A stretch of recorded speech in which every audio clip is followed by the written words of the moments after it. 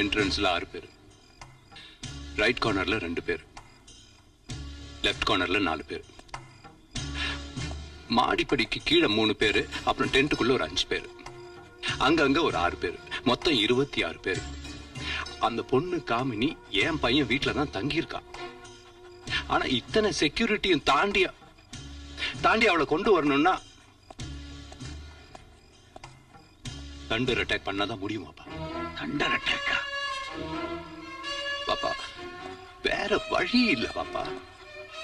உயிர் சேதம் நடக்கதான் செய்யும். அப்பா உன் பையன்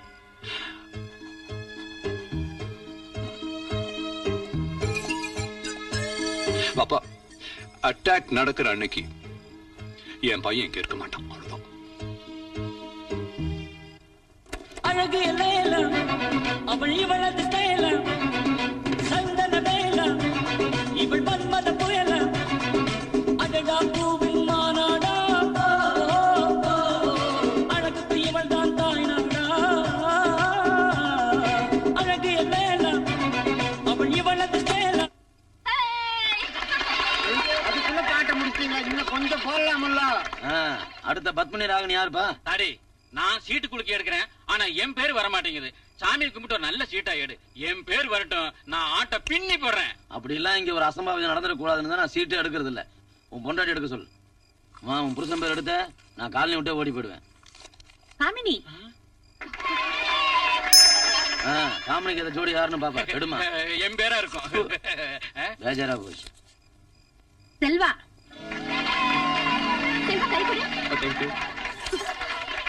இந்தியா வித் ஸ்ரீலங்கா. கிளவி ஸ்டார்ட் சவுண்ட்.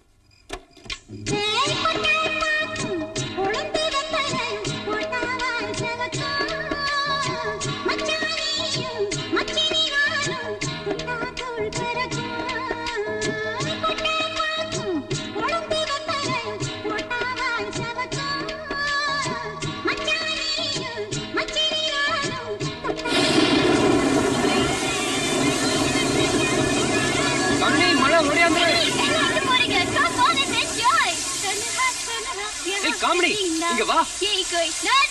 மழை நினையாதீங்க வா.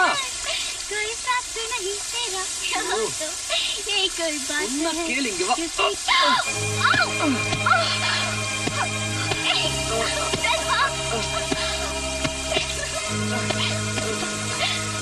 என்ன காமெடி விளையாட்டுது? ஏன் சுமதி இப்படி நடந்துட்டேன்? நானும் காமெடி உனக்கு பிடிக்கல. விளையாட்டா பண்றது நீ சீரியஸா எடுத்துக்கிட்ட. விளையாட்டா நினைக்கிறதுக்கு இது ஒண்ணு குளிக்க போட்டு சீட் எடுத்து ஆடுற ஆட்டம் இல்ல. என் வாழ்க்கை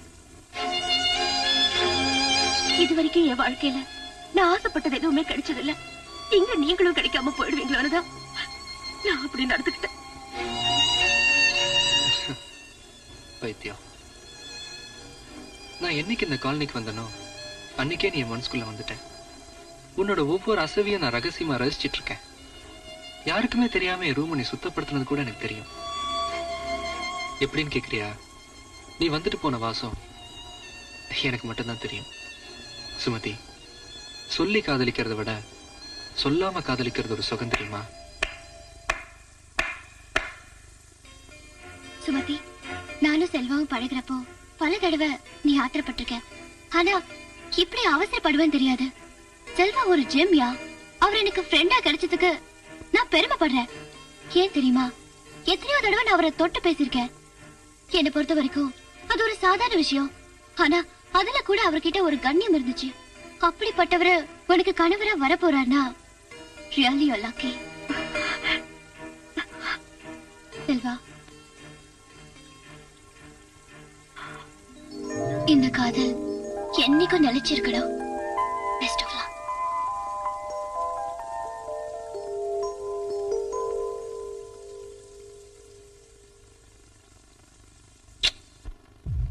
ஓகே சார், ப்ரொடெக்ஷன் பக்கவா இருக்கு.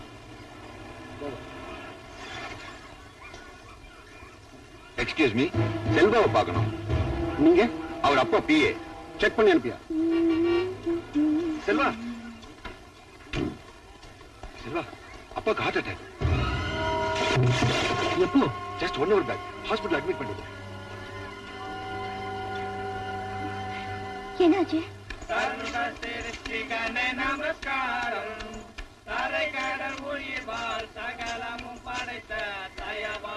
இல்லைங்கப்பா, உள்ள போக கூடாது. ஐயா கண் இல்லாதவங்க ஐயா, கொஞ்சம் கருணை காட்டுங்க ஐயா. போலீஸ் பந்தோபஸ்து போட்டுக்குது, வேற தெருவை பாருங்க. போங்க போங்க.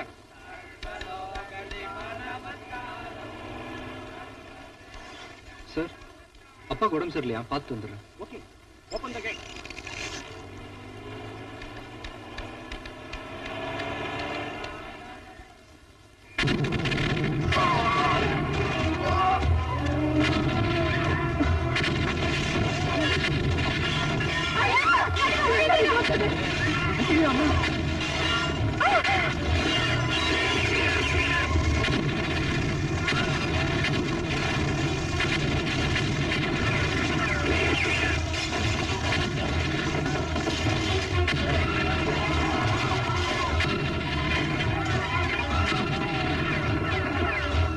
அந்த பொண்ணு இல்ல.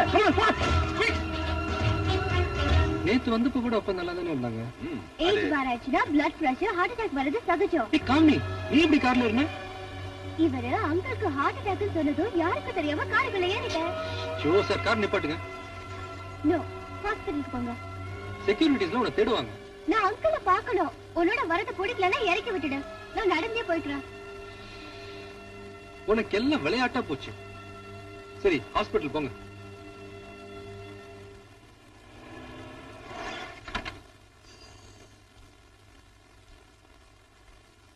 Everything is normal. Don't worry. Take rest.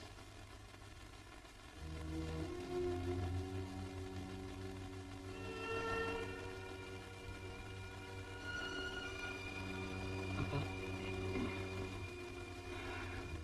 நீ வந்துட்டு இனி ஒண்ணும் நடக்காது. Correct uncle. யார் நினைக்கிற மாதிரியும் எதுவும் நடக்காது. நாம கால்குலேட்டர்ல கணக்கு போட்டா கடவுள் கம்ப்யூட்டர்ல கணக்கு போடுறான். காமினி இங்க உங்களை பார்க்கணும்னு யாருக்குமே தெரியாம கார்ல ஏறி வந்துட்டா. காலனில என்ன பிரச்சனையோ. சரி, நான் கொண்டு போய் விட்டுறேன். செல்வா, பாத்ரூம் அங்கிள் பார்த்து ஸ்லிப் ஆடாதீங்க. மாட்டேன்.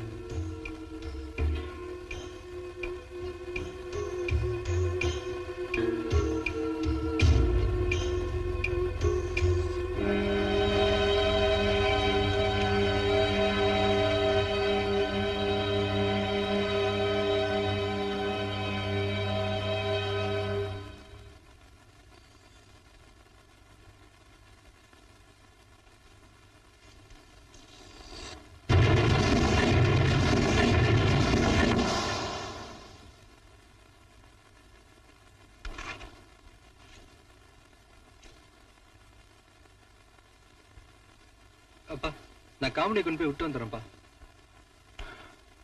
சீக்கிரம். சரிப்பா.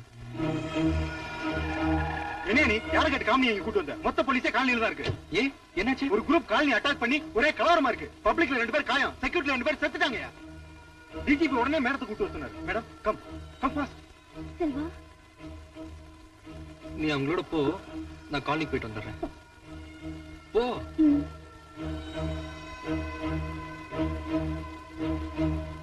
பயப்படாம சொல்லுங்கம்மா. எங்களுக்கு யாருன்னே தெரியாதுங்க. இது வரைக்கும் அவங்கள பார்த்ததே இல்லை.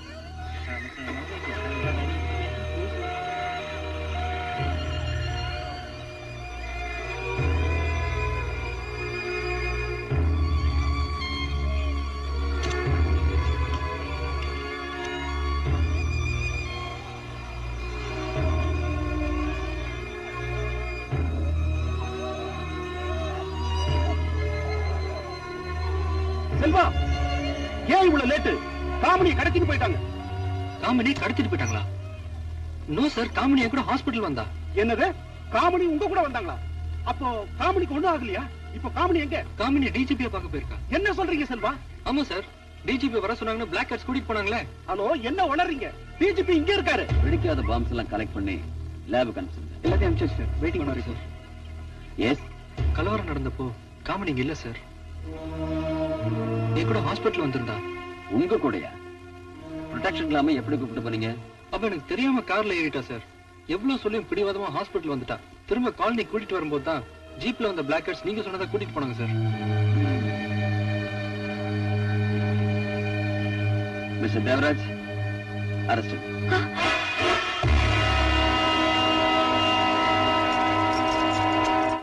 காமினி கடத்தப்பட்டது தீவிரவாதிகளால் தான் என்று போலீசாரால் கூறப்படுகிறது. நேற்று பகலில் நடந்த இந்த சம்பவம் தொடர்பாக தமிழ்நாட்டை சேர்ந்த டூரிஸ்ட் கைட் செல்வா என்ற இளைஞரை கைது செய்துள்ளார்கள். பரபரப்புக்குள்ளாகியுள்ள இந்த சம்பவம் தொடர்பாக விசாரணை நடத்த மத்திய அரசு சிபிஐக்கு உத்தரவிட்டுள்ளது.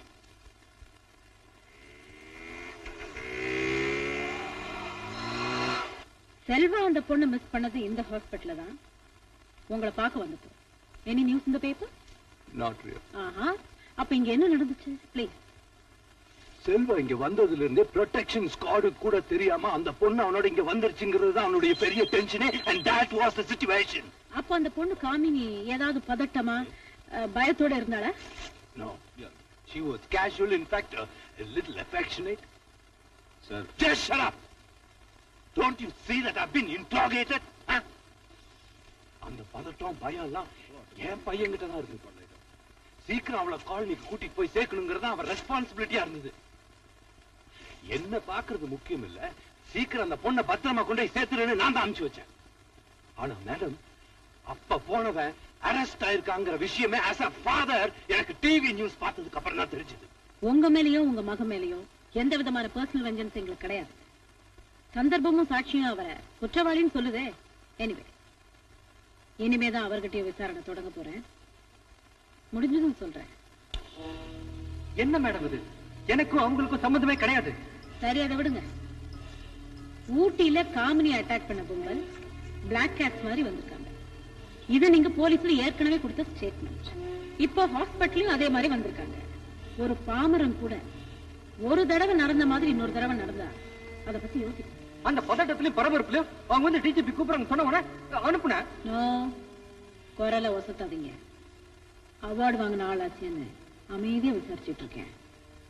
ஓகே, நீங்க கிளம்பி போன அடுத்த நிமிஷமே அந்த கும்பல் காலனியை அட்டாக் பண்ணிருக்கு. அப்ப அந்த பொண்ணு அங்க இல்ல. அவ உங்க கூட தான் வந்திருக்காங்கிற தகவலை நீங்களே அவங்க கிட்ட சொல்லி. உங்க அனுமானத்துக்கு யூகத்துக்கு என்னால பதில் சொல்ல முடியாது.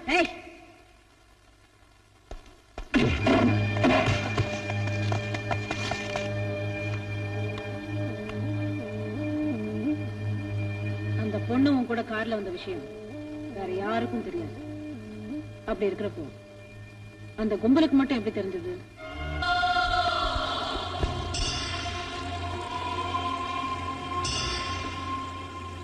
உன்னை வச்சு நான் என்னெல்லாம் பண்ண போறேன் தெரியுமா? நான் சந்தோஷமா இருக்கேன், ரொம்ப சந்தோஷமா இருக்கேன். வரதா என்ன? பெத்த பையன் மேல இருக்கிற அன்பை விட வளர்த்த பையன் மேலதான் அன்பு அதிகமா இருக்குன்னு நீங்க தான் எனக்கு கத்து கொடுத்தீங்க பாப்பா. இப்ப நீங்க சந்தோஷமா இருக்கீங்க, ஆனா நான் இல்ல. உங்க சந்தோஷத்தை கெடுக்க மாட்டேன். அவன் என் பையன் சிபிஐல ஜெயில இருக்கான் பாப்பா. பாப்பா,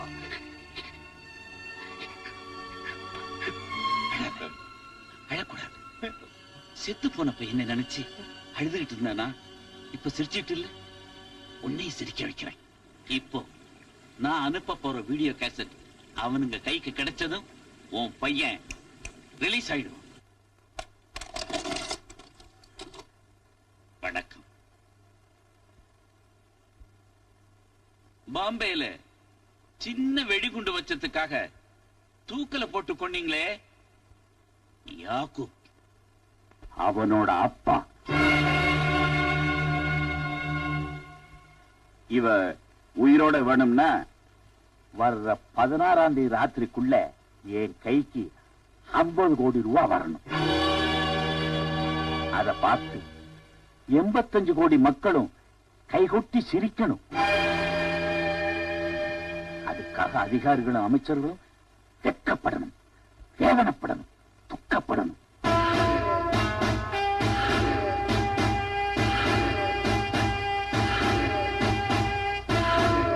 அதுதான் தூக்கல போட்ட என் மகனுக்கு நான் செலுத்துற அஞ்சலி.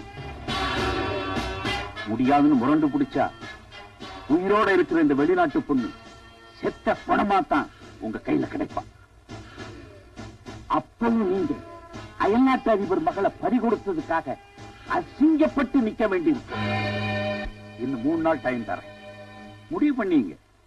2ல எது நடந்தாலும் வாப்பாவுக்கு சந்தோஷம்.